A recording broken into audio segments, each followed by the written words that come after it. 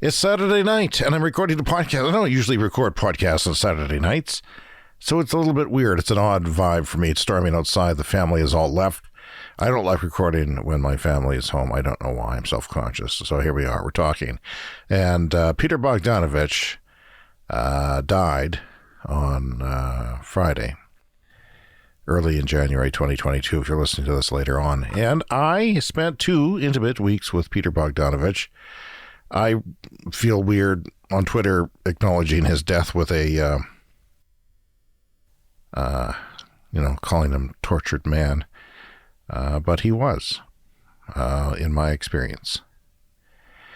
So I'm going to tell you the story of how I spent 2 weeks with Peter Bogdanovich. And I don't think it's a particularly funny story. But he's gone. And I've always wanted the chance to run into him again. Not because I liked him, but because I wanted to show him, see, this guy you shit on for 2 weeks is a somebody. And there's an ironic part of that story, which I will get to. It's the year's 1998. I had gone from local TV show on Access Television, like Access Cable TV. But it was well watched. Thousands and thousands and many thousands of people watched. I was a local celebrity from that in commercials. I could not leave my house without anonymously. I couldn't leave my house anonymously. In fact, I couldn't leave my apartment door anonymously. Now I got a break. We got a break. My comedy partner, Kevin, and I, we got cast in a national TV show, an established national TV show on interstitial segments in and among world-famous comedians at Montreal's Just for Laughs Festival. And that was a TV show that was watched by 1 million people every week. And I decided, hey, now's the time. I better move out of this one-horse town I live in, off the prairies and to the big city of Toronto. It's now or never. And so I moved there, and things didn't go particularly well. I didn't get a lot of work there. So I got desperate for money. I needed about $1,000 a month to survive. I needed $800 for my bachelor apartment and $200 to live and occasionally get around. That's how much it costs to live there, which isn't much, but at the time in 1998, that's what it cost. So I had graduated from film school with a 4-year film production degree in 1992. So my first ever class of university was in 1985, and it was English 100.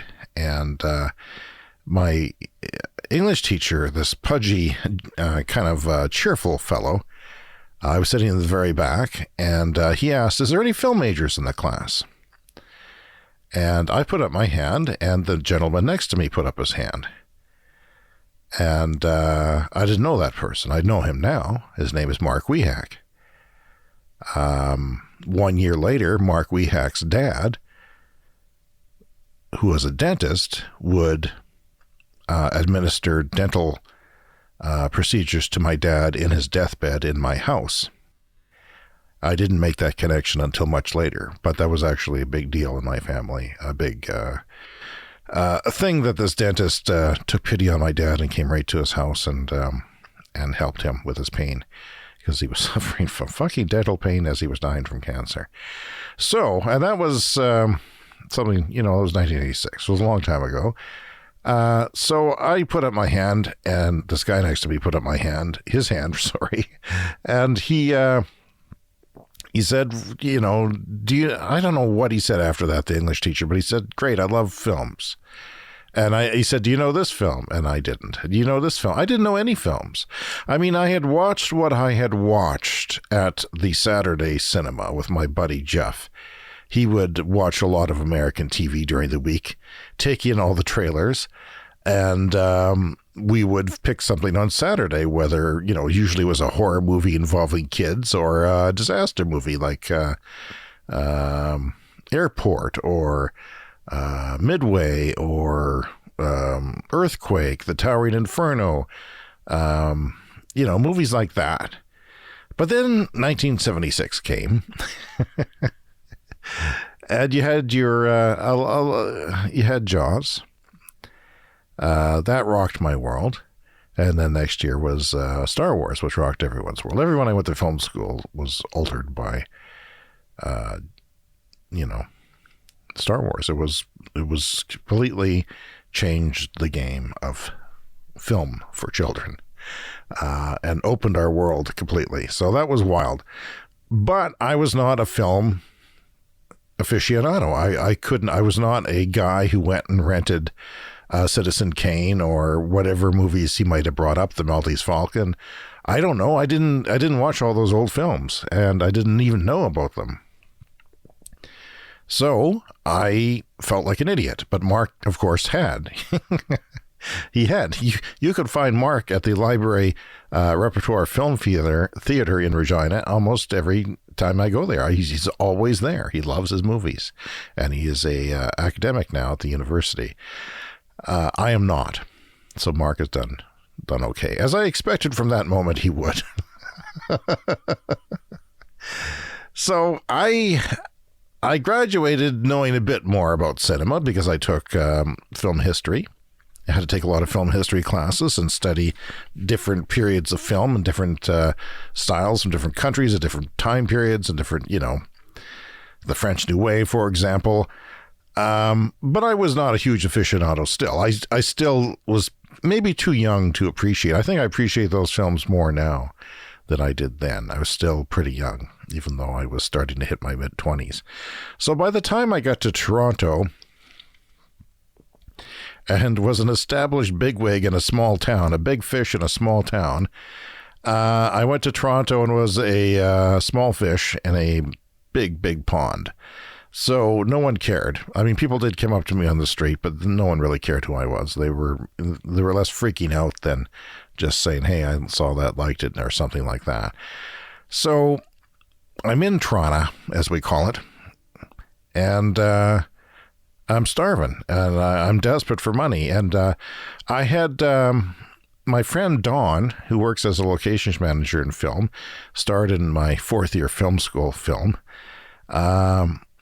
Very smart man.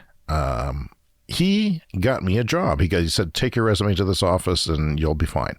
Took my resume to the office. I worked for a day for, I believe it was a Disney movie of the week in the office. I'd never worked in the office before. I'd worked on productions as, I worked for Dawn before, probably as a locations peon.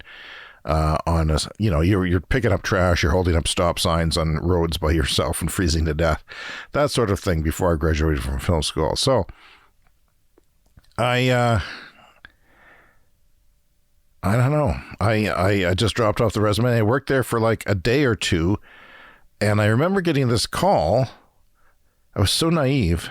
I got this call asking for the producers. I said, I can't put you through. And he said, this is Michael Eisner. And I didn't know who Michael Eisner was. Did not know who he was. He still could have me killed today in Hollywood if he wanted to. He's a powerful, powerful man.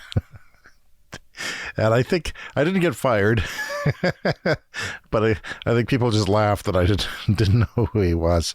It's not the first time a rookie office assistant didn't know something, I'm sure. But anyway, I got a commercial, got called to do a commercial back in my hometown, so I left on a plane the next day, and I didn't finish that.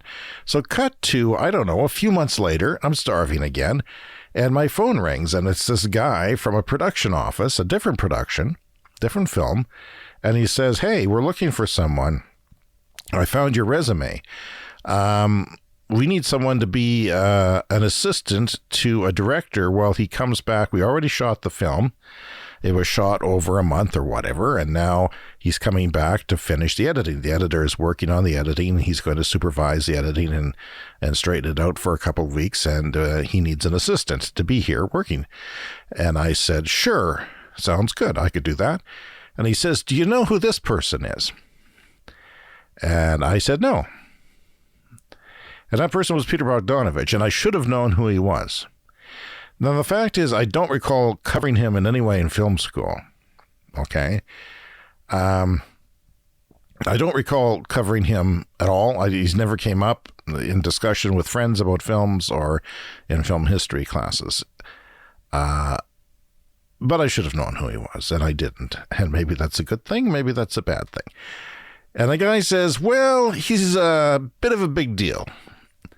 Or he used to be a bit of a big deal, and he's kind of a pain in the ass, like he knows he's a big deal, and it's kind of hard. So I'm going to set you up because he's very picky and ornery, and you have to just understand everything he wants and get it right.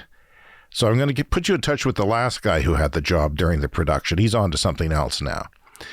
Okay, so this guy phones me the next day, maybe the same afternoon. And he says, okay, look, get a pencil and paper and write this stuff down.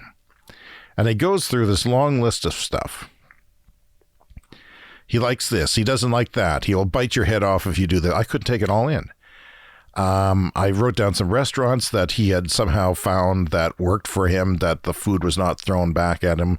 And he was a vegetarian, Bogdanovich was. And so I'm going through his film resume. I think they had IMDb back then when it was, an actual database. And I realized, okay, he's a big deal. Academy Award nominee. So I got a little nervous about this, and I go down to the office and fill out my forms and everything. They give me some petty cash, and they give me a photograph of Peter Bogdanovich, so I know what to look for. I think I picked him up at the airport. I did. I picked him up at the airport. I remember the meters at Pearson Airport at the time. You couldn't put the money in fast enough before it expired. It was just ridiculous. So I picked him up at the airport. They gave me a photograph of him in the middle of the then called Sky Dome, the Rogers Center, because the movie was football related. It was A Saintly Switch was the name of the film. It was a Disney. Technically an episode of The Wonderful World of Disney, which aired every night on ABC, and I think at the time CTV. When I was a kid anyway, it did. But it's basically a movie of the week for children. So this was odd. I thought that this guy was doing this movie of the week for Disney. I didn't quite, I figured he was still successful. And then, no, let's just review who he is, okay? So he's a guy who, you see Quentin Tarantino's Hollywood movie, the story about Once Upon a Time in Hollywood. He's kind of in that time period, He would have come of age and made his first feature around 1968 or so.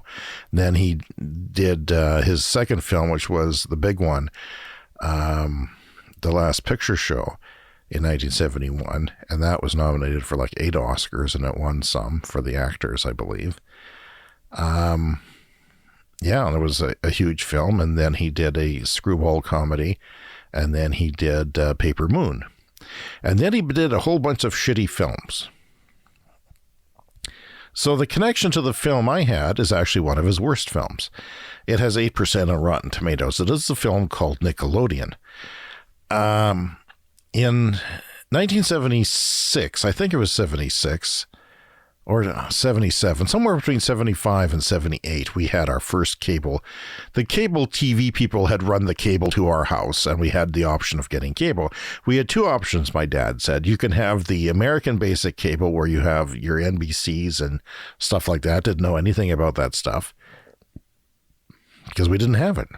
People in the other end of the city did, but when it came to our part of the city, I was given the option of HBO where you could watch movies in your house. We didn't have VHS. There was no VHS yet. There wasn't movies that you could watch at home. It was impossible to watch a commercial-free, unedited movie in your home. And I thought, that is cool. Let's go with that.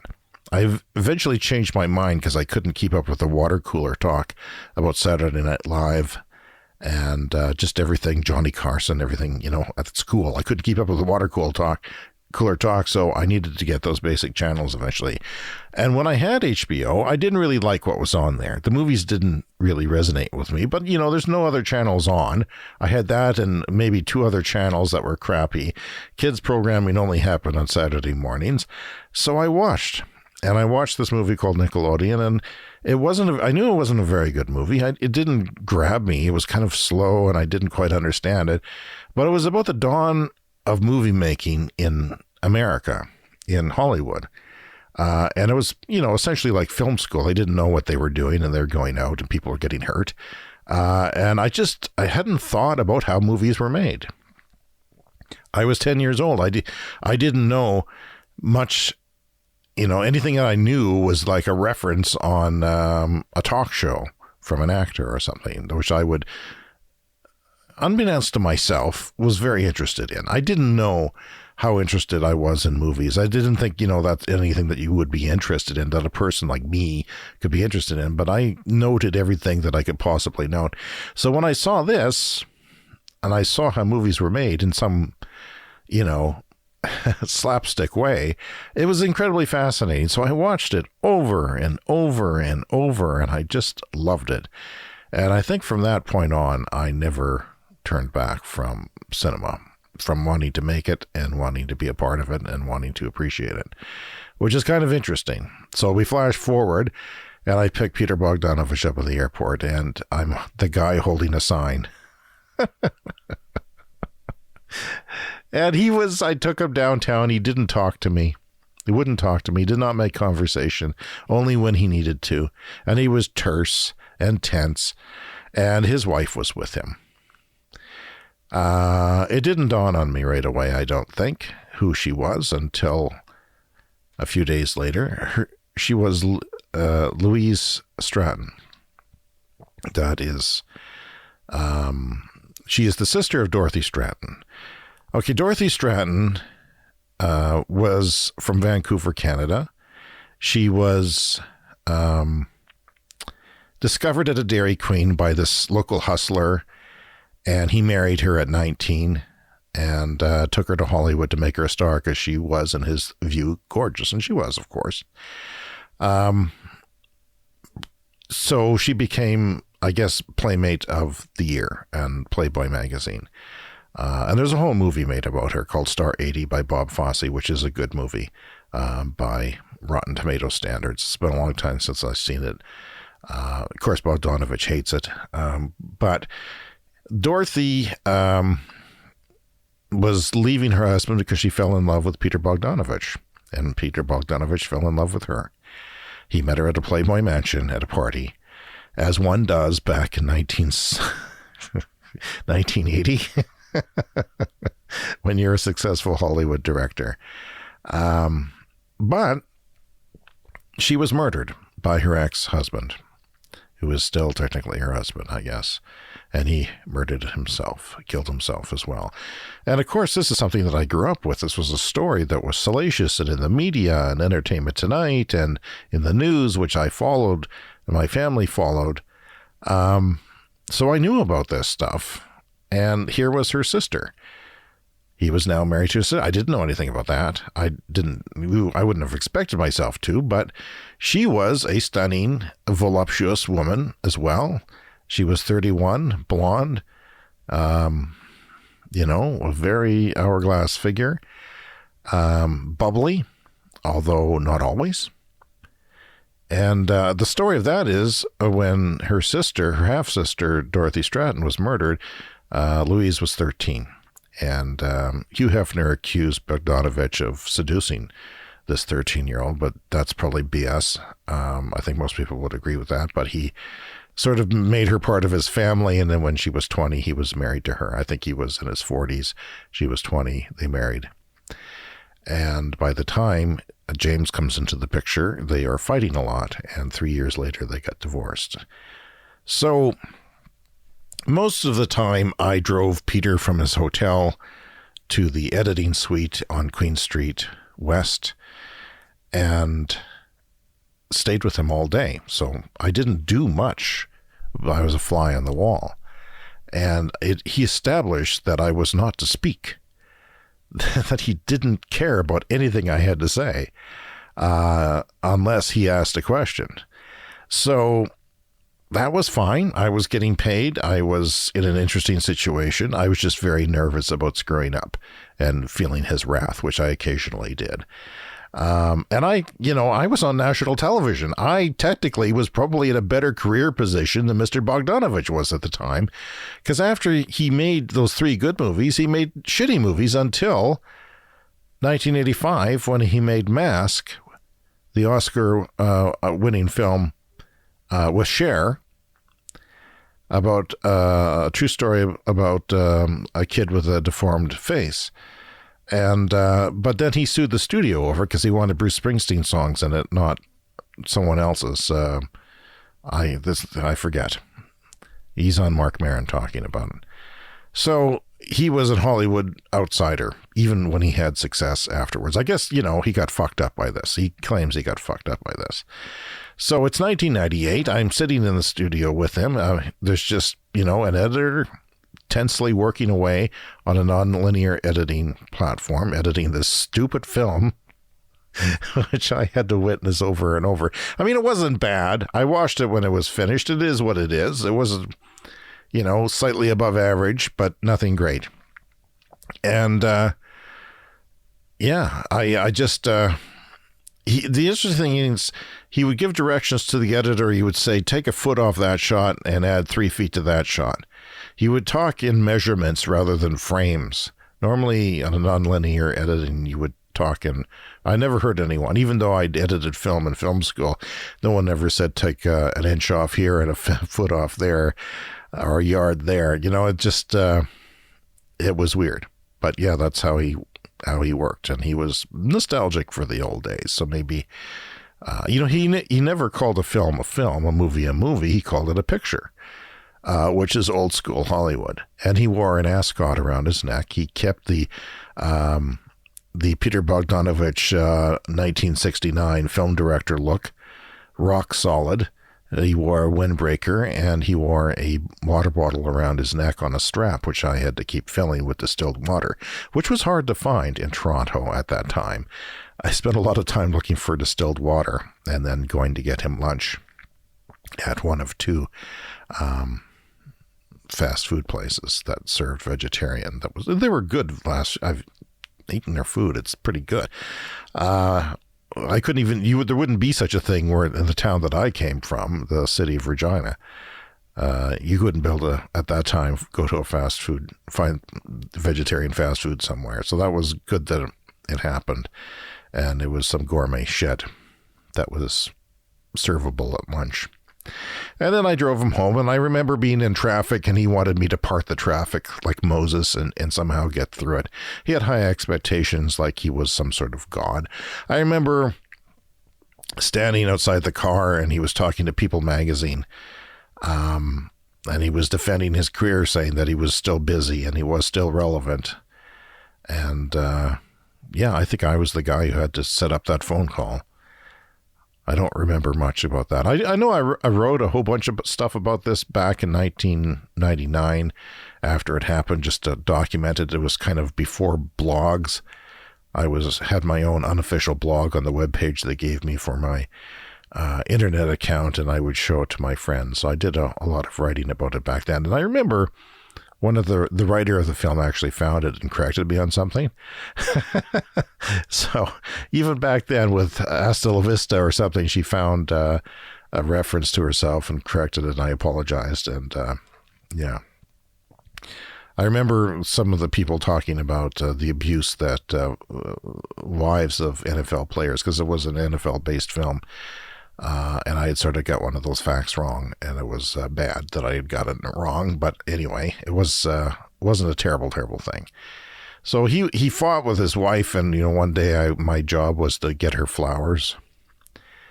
So I went and got her flowers, took her to the hotel, and because he had fought with her. That's Bogdanovich's MO. He's a romantic, and he falls in love with his leading ladies, and he has over and over again. The woman he was first married to was a production designer. She worked in film, and there's some people who think that he was good when he was with her.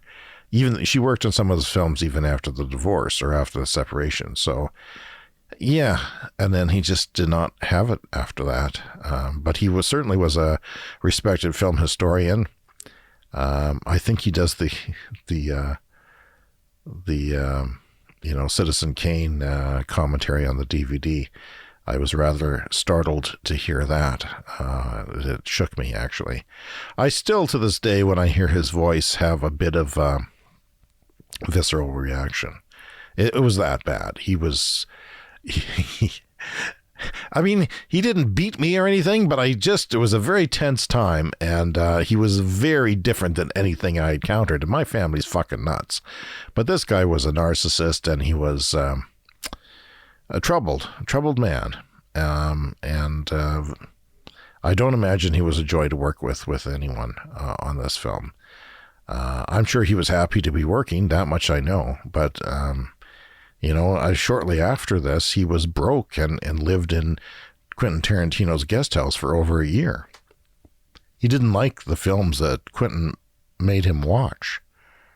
Because Quentin likes good films, but he also likes shitty films. He also likes B films, B movies, horror schlock.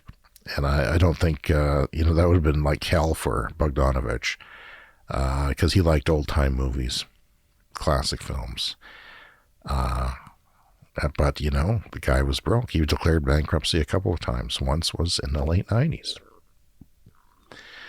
Fortunately, he got himself a gig acting on The Sopranos. The first time I saw him on The Sopranos, I almost vomited. It was like my abuser is suddenly there, because I love The Sopranos. And I was watching it, and there's fucking Bogdanovich. And that voice and look is unmistakable. I will say he's a very extremely charismatic man, as many narcissists are, who have power. So, although his power, I'm sure, was questionable, this was probably a pity job for him. But if he liked you, if you were on his, I can see people, charmed by him quite easily. When he was nice to me the couple of times he was, once was when I said goodbye and left him, and that was that. Then he was suddenly, a switch went off, and he was like, oh, thank you for everything, and you've done so great, and, and he was just completely charming, and I probably would have, murdered someone for him if he had asked me. So the first Saturday after the first week, I get a call from him, I believe, and he wants me to drive him to Niagara Falls.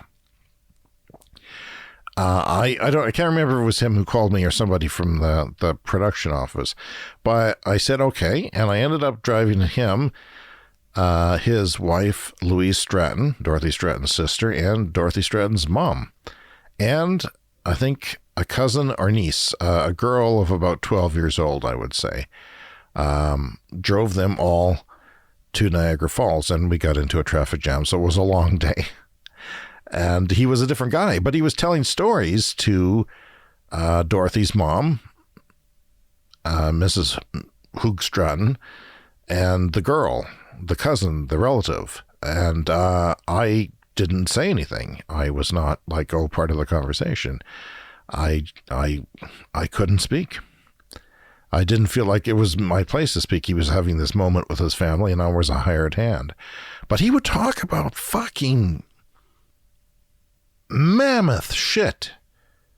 Like living with Orson Welles, and what Orson Welles really thought about this. And I'm hearing it from the horse's goddamn mouth. History. Me. A schmuck from Regina, Saskatchewan, from a small town. I'm suddenly in the middle of cinematic history here. And he's talking about the breakup of Jerry and Lewis, or Martin and Lewis, rather. Things that not everybody has insight into. And I wrote some of this stuff down, but mostly I was just aghast that I was listening to it. And I wish I had I wish I had a tape recorder. There weren't easy ways. You couldn't, there was no phone I could just press record on. There was no MP3 players. It was crazy. It was crazy. So I took him to Niagara Falls, and then I worked with him one more week.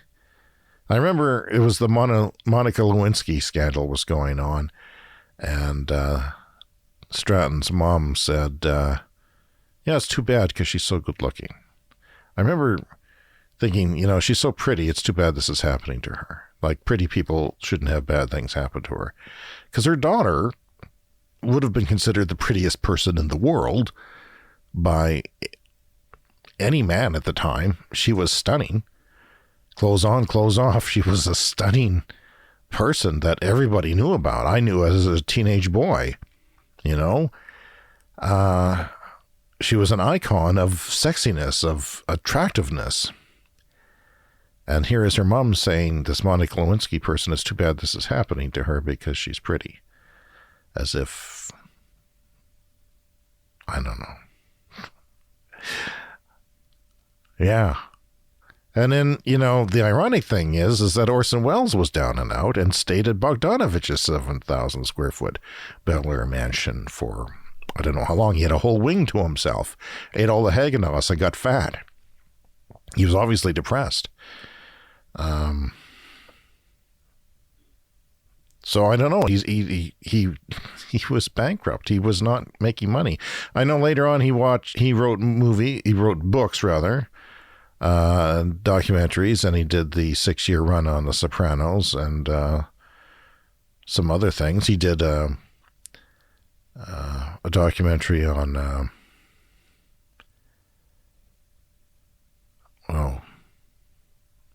I can't remember his name. Tom Petty. He didn't know who Tom Petty was. And he said, yeah, sure, I'll do it, because he was desperate for money. Now, he likes Tom Petty now, or afterwards, but, so I don't know what to think about him dying. I feel bad. I thought I would always make it in the business and show him up. Say, hey, remember me? Or, we've met before, by the way.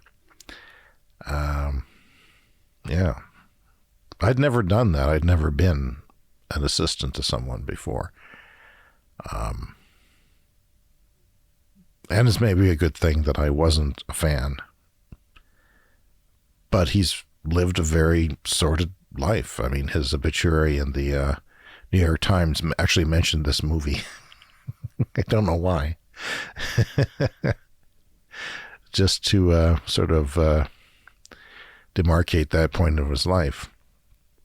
But I'm sure I'm sure he never quite recovered from the murder of his lover. I'm sure they would have divorced in a couple of years, but because she was taken from him, she was perfect. She was perfect. I'm sure they were madly in love, but I don't imagine he could stay madly in love with anyone forever. So I'm sure he had some stability. I'm sure, people listened to him at film festivals and the acting. But for the most part, he never recovered from that, and he lived a really shitty life. He exploded on, his baby brother that preceded him was killed by boiling water in the kitchen accident. And I don't know how his parents treated him, but I imagine him sort of staying infantile in some ways, deep in his psyche. And that's why, tragedy found him and never let go. So I see it as a tragic life, and it's sad. It's sad. But that was my week with Peter Bogdanovich. Appreciate you listening. It's my story. I don't have many more of these at all, really. It's my only celebrity story. Take care. I'll see you next time.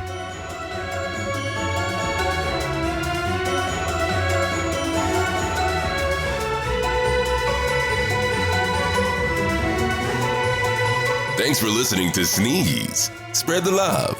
Tell your friends.